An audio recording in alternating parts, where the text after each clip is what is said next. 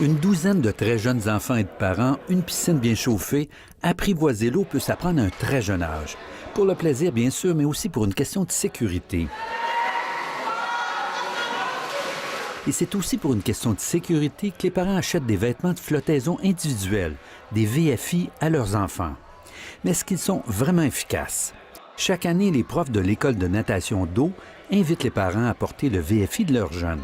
Qu'est-ce qu'on a dit, c'est aux parents, bon, vous pensez aller en bateau, vous avez des vestes de sécurité, amenez-les, on va les tester. C'est un test tout simple, semblable à celui que Transport Canada exige pour approuver les gilets de sauvetage des navires et des embarcations de plaisance, mais pas les VFI. On dépose l'enfant à plat ventre sur l'eau et, en 5 secondes ou moins, la veste doit le renverser, qu'il soit conscient ou pas. Pour voir si ça va le retourner sur le dos, il faut vraiment faire tomber l'enfant sur le ventre pour voir si la veste va le retourner comme s'il tombait du bord d'une piscine, comme s'il tombait dans un bateau. En général, ça fonctionne bien, mais pas toujours. À chaque journée qu'on fait des tests, on peut avoir 4-5 vestes qui ne retournent pas les enfants sur le dos, d'autres qui vont fonctionner. Donc oui, ça arrive quand même souvent.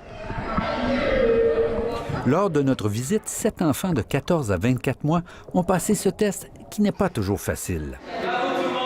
Tous leurs VFI étaient approuvés et répondaient aux normes du fédéral. La majorité ont retourné les enfants en 2 ou 3 secondes. Pour d'autres, c'est moins réussi.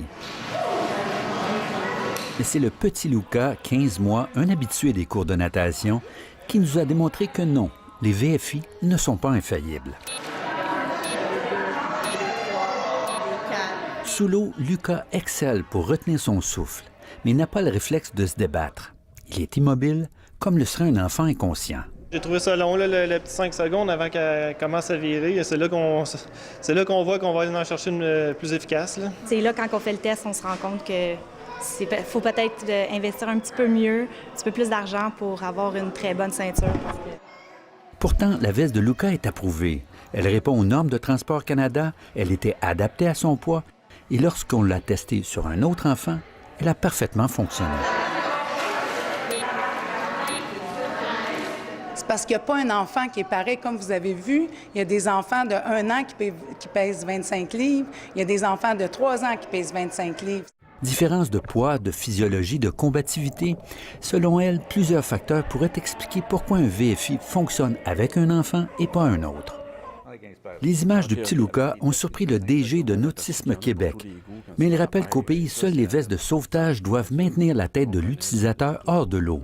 Les VFI n'ont pas cette contrainte. La veste de flottaison individuelle, bien, elle est pas, c'est une aide à la flottabilité. Elle va peut-être pas retourner dans tous les cas, comme on l'a vu. Par contre, les gens vont la porter davantage parce qu'elle est plus confortable. En fait, Transport Canada exige simplement que le VFI maintienne l'utilisateur face vers le haut, sans avoir tendance à lui ramener le visage dans l'eau. Pensez-vous qu'il y aurait un intérêt éventuellement à avoir des règlements plus stricts pour les vêtements de flottaison, en tout cas pour les enfants? Bien, je sais que Transport Canada travaille actuellement à redéfinir toutes les catégories de flottabilité puis pour toutes les vestes de flottaison. Est-ce qu'ils vont aller vers ce que vous dites? Ça, c'est encore, je ne crois pas que c'est sur la table présentement, mais ça serait souhaitable, effectivement, pour les plus jeunes, de peut-être améliorer les normes. La seule veste qui fait qu'on se retourne sur le dos, c'est une veste de sauvetage. Après plus de 30 ans d'enseignement, Édith Tremblay n'a qu'un conseil à donner aux parents d'enfants très jeunes. L'affaire la plus importante, c'est qu'un parent ne devrait jamais avoir une distance plus qu'un bras de son enfant lorsqu'il est près d'un plan d'eau. Ici Normand Grondin, Radio-Canada, Montréal.